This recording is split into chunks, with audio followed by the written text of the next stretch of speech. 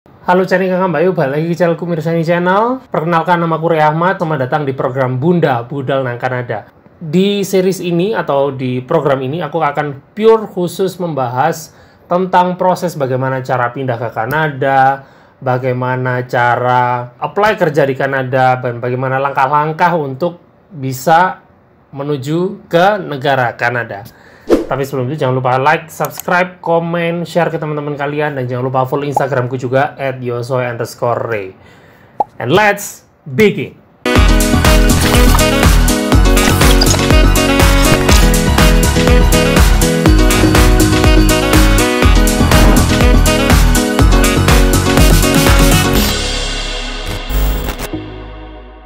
Teman-teman, di video kali ini, di episode terbaru Bunda kali ini, aku akan membahas elemen penting yang nggak kalah penting dari elemen-elemen yang lainnya dari episode-episode sebelumnya, yaitu cara membuat resume.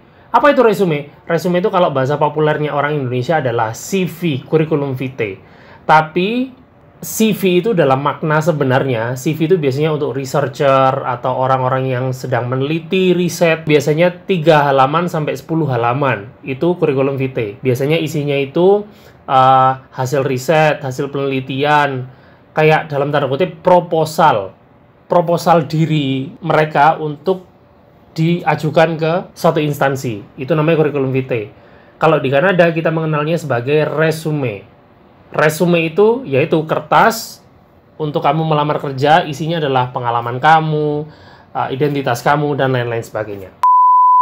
Nah teman-teman, sebelum kita masuk ke dalam resume itu sendiri, dan kalau kalian nonton video ini sampai habis, aku akan kasih contoh resume standarnya Kanada, template-nya di Kanada ini seperti apa, jadi tonton video ini sampai habis. Tapi sebelum itu, aku ada baiknya untuk membreakdown dulu apa itu resume. Menurut thebalancecareers.com, resume itu dibagi 8, tapi ada 3 tipe resume yang paling umum digunakan para pencari kerja. Yaitu yang pertama ada chronological resume, yang kedua ada functional resume, dan yang ketiga ada combination resume. Chronological resume itu adalah runtutan atau historimu, sejarahmu bekerja di mana, misalnya tahun 2011 kamu bekerja di PT ABC, 2012 kamu bekerja di PT DEF, dan seterusnya sampai tahun 2020 atau 2021 dan seterusnya. Lebih mengutamakan kepada histori pengalaman kerjamu. Dan selanjutnya ada functional resume. Functional resume itu resume yang menitik beratkan kepada fungsi atau job desk atau highlight kerjaan kamu di perusahaan. Biasanya functional ini buat orang-orang yang missing gap. Misalnya tahun 2010 dia kerja di PT XYZ selama 2 tahun sampai tahun 2012.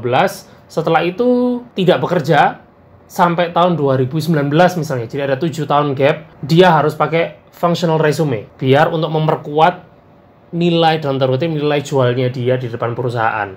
Dan yang terakhir ada combination resume. Jadi kombinasi antara chronological resume sama functional resume. Jadi diruntut setiap tahun kerjaannya apa dan job desk-nya seperti apa. Nah, nanti di akhir video aku akan jelasin ke kalian apa itu combination resume sesuai standar Kanada. Jadi gabungan antara chronological dan functional.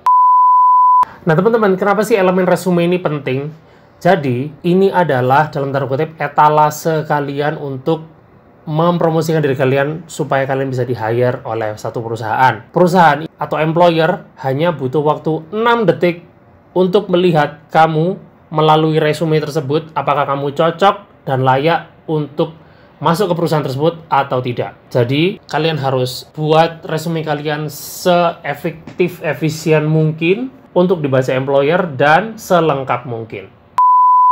Nah itu tadi dari sisi employernya ya teman-teman, dari sisi yang punya perusahaan. Dan dari sisi kalian juga harus kalian harus teliti ke perusahaan mana kalian harus apply. 2, ke posisi apa kalian akan melamar pekerjaan. Misalnya kalian lulusan college di Toronto jurusan kuliner, jadi kalian pengen jadi chef.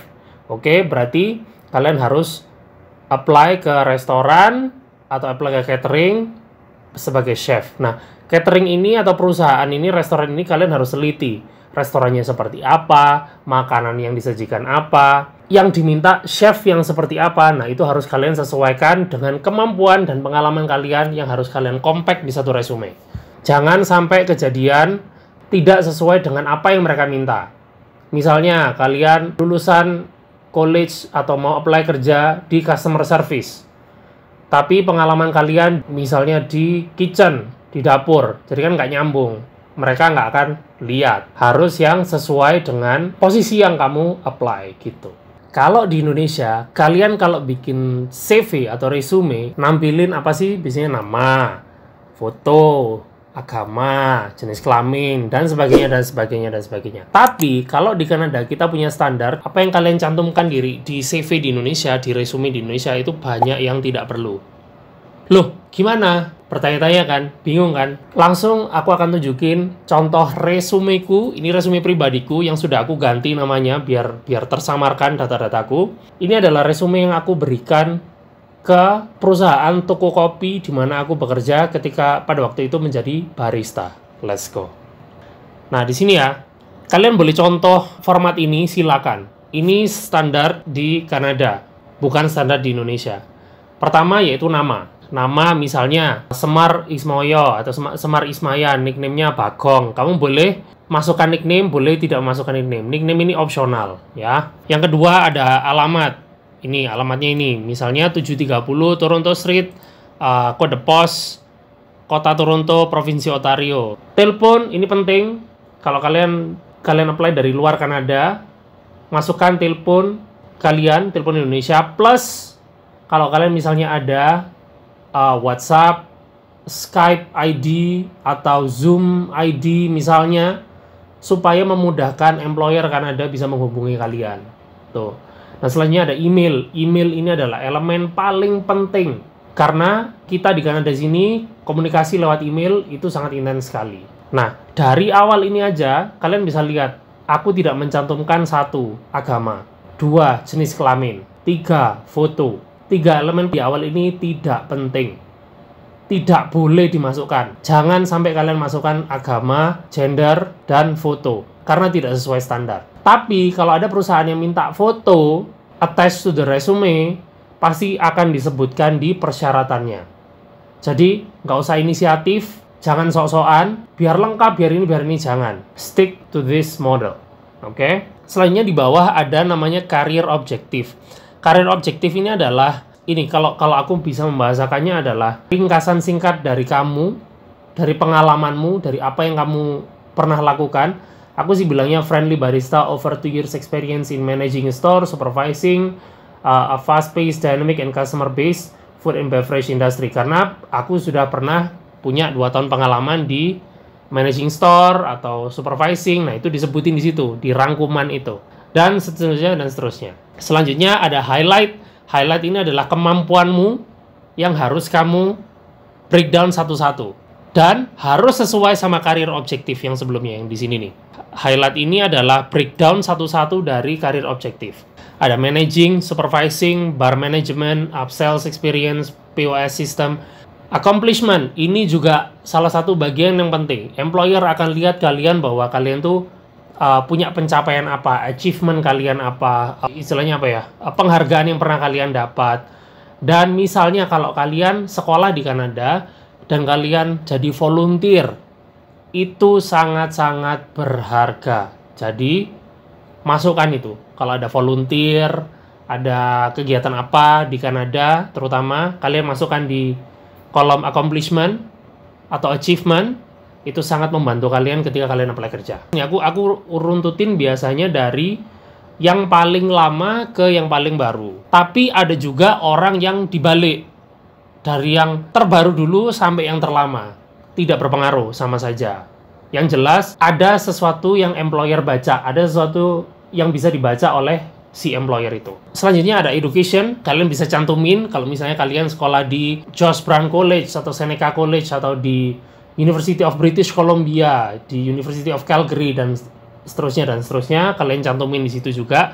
Dan cantumin pendidikan kalian di Indonesia juga kalau kalian pernah bersekolah di Indonesia. Aku pribadi itu tidak mencantumkan institusi yang dari Indonesia karena apa? Karena tidak sesuai dengan job desk yang aku apply. Misalnya aku mau apply jadi barista, jadi tukang kopi. Ngapain aku harus cantumin kuliahku dulu S1? Kecuali kalau aku mau apply kerja profesional, misalnya kerja di kantor atau di mana, nah baru aku cantumin itu. Kalau kerja di restoran ngapain juga? Restoran nggak butuh, bukan kerja yang mikir gitu loh maksudnya, sorry.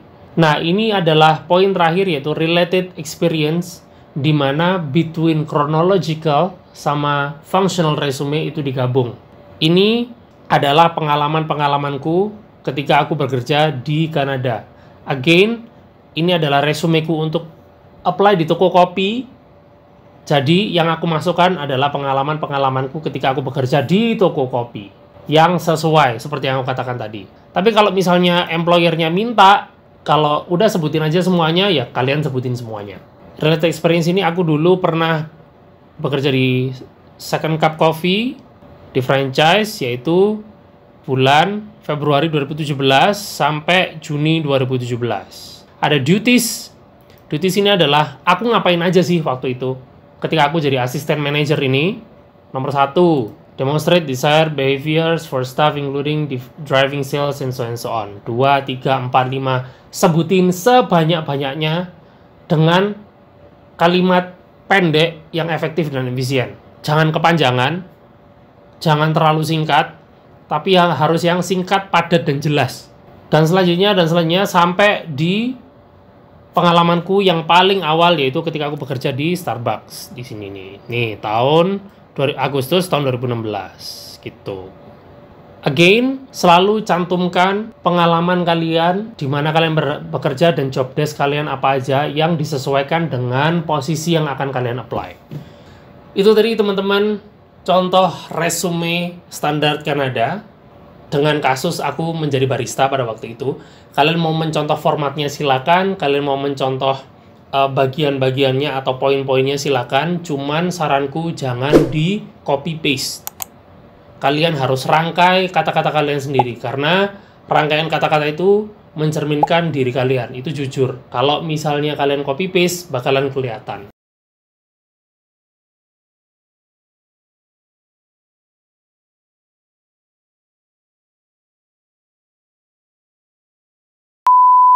Follow Instagramku @yose_.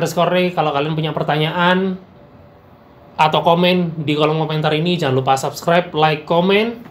I'll see you guys on my next video. I'll see you guys on the next episode of Bunda Budal nang Kanada. Bye.